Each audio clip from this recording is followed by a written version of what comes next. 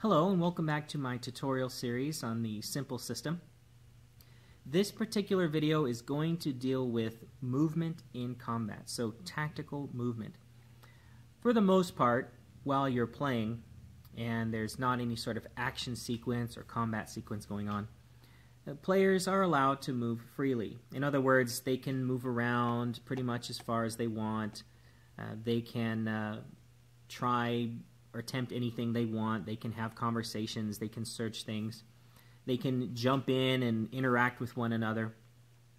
And as a GM, I just go around the table and let everybody have a turn. And I use my judgment as to what's a good turn or not. You know, a couple of minutes, a minute or two. And just let everybody kind of have the free role-play experience.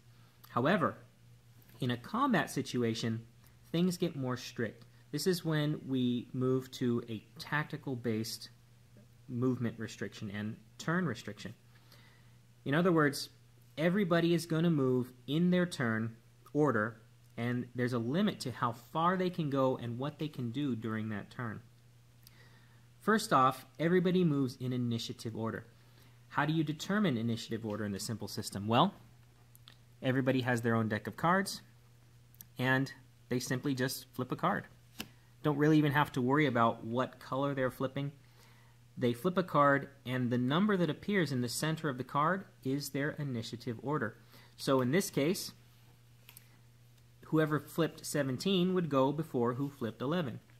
Or let's say that we flip another card. Okay, in this case, I know this looks kind of scary because it's a critical failure card, but we're just flipping for initiative, so it doesn't have any impact other than the fact that the 31 is going to be going before whoever flipped the 3.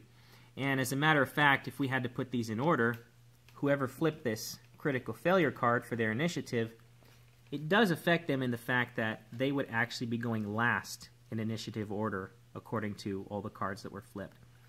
So it's very fast, very simple to go ahead and establish initiative order. And then characters around the board will go ahead and move in that order. Now, when it is your turn in a action sequence during tactical movement, what can you do? Well, characters are allowed on their turn to move once and up to their speed and make an attempt, such as an attack or accessing a computer or something that takes a brief period of time, or they can choose to move twice during their turn instead of making an attempt. So let's say, for example, that it's this little soldier's turn right here, and he decides, okay, first I'm going to move. How far can he move? Well, most characters have 5 as their movement speed. So that means he can move 5 squares.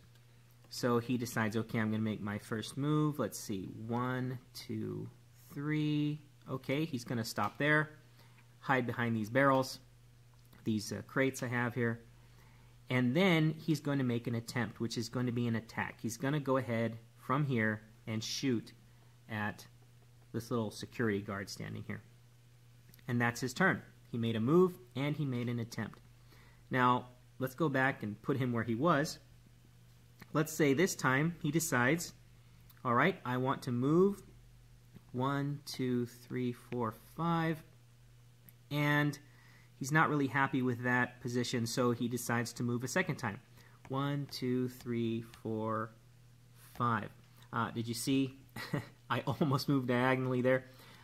This is the Simple System, and in order to keep things simple and straightforward, there is no diagonal movement. It's only horizontal or vertical movement.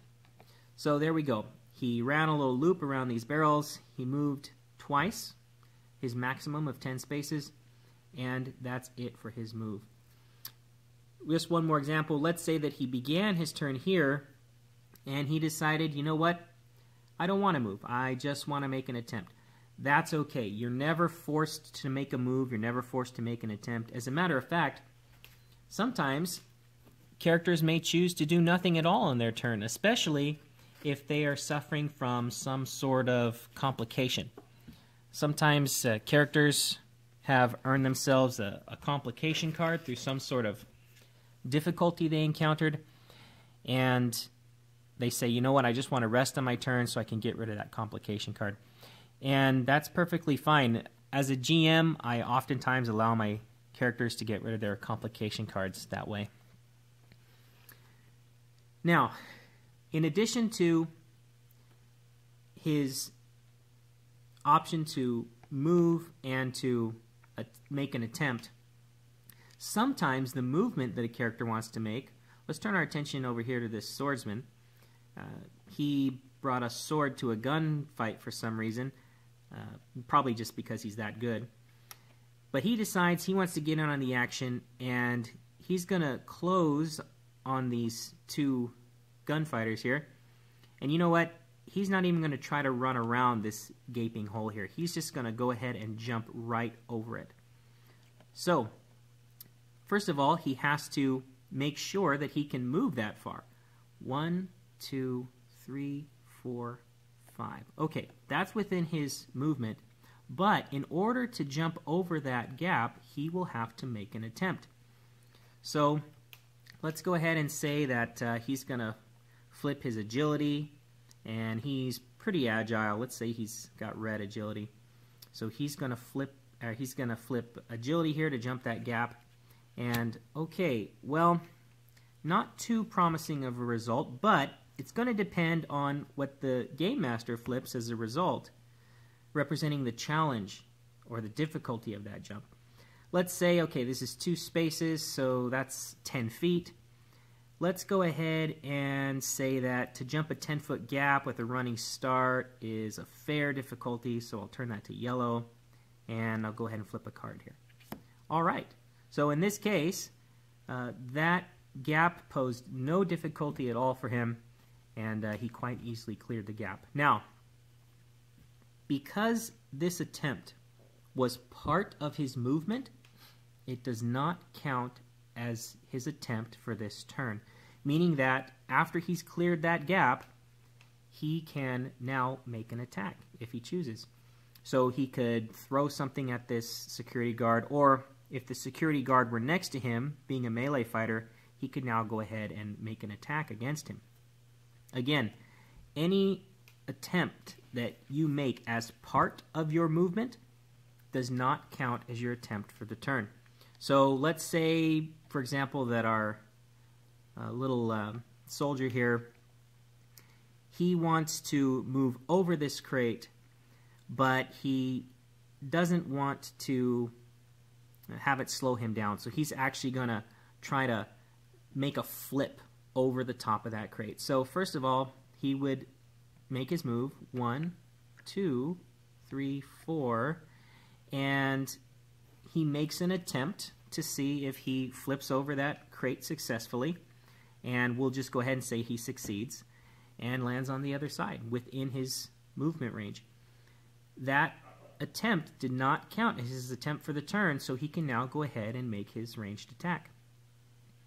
If he had failed that attempt, well, then it would have cost him normal movement points.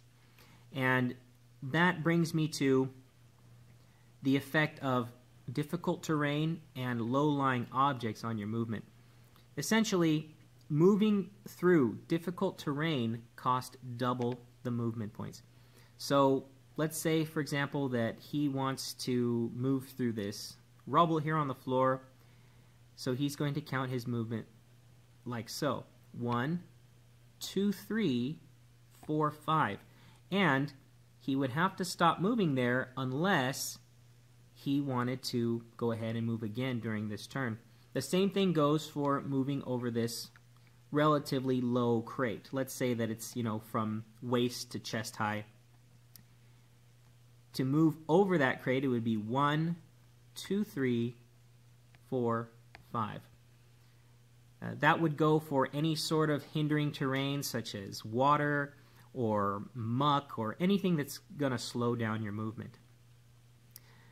Just going back to our example here, jumping this gap, if the total amount of spaces that he moved was more than a single move for him, greater than his number of movement points, then he'd still have to make the attempt, and because he essentially consumed 2 moves in that turn. He therefore would not be able to make an attempt. That pretty much sums it up for the basics of tactical movement in the Simple System. Again, all of this is clearly explained in the Simple System rulebook, and it's very well illustrated in Part 3, Combat. And it's very easy to learn, and once everybody has a grasp of it, combat moves along quite quickly. Everything's resolved via the flips, of course, and it really makes for a lively, fast-paced tactical element to your role-playing game. Thank you again for watching, and in my next video I'm going to be speaking about making attacks in a combat situation. Be right back.